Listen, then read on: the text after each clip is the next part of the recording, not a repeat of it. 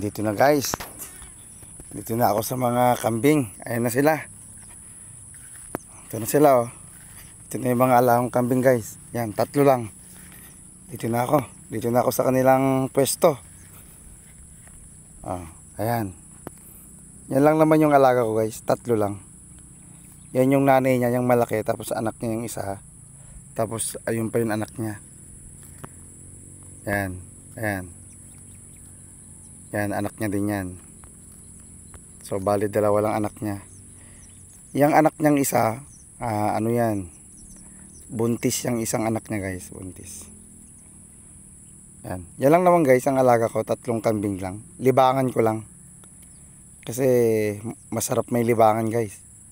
Para hindi tayo... Pangit naman kung wala tayong ginagawa araw-araw. Mas magandang may ginagawa tayo para di tayo ma-stroke. Ayan. Ayan guys. Yan ang bukid oh. Dito ang pastolan namin ng mga kambing kasi dito guys maraming pwedeng kainin ng mga kambing dito. Iba-ibang damo ang gusto nila. Ayan. So hanggang dito na lang guys ha. Iuwi ko na sa kanila. Iuwi ko na pala sila sa kanilang bahay pala, kanilang bahay. Ayan. May ginawa kasi akong bahay guys.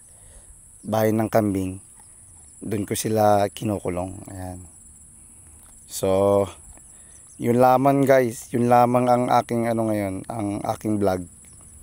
So, thank you guys. Ingat po kayo palagi. Bye bye.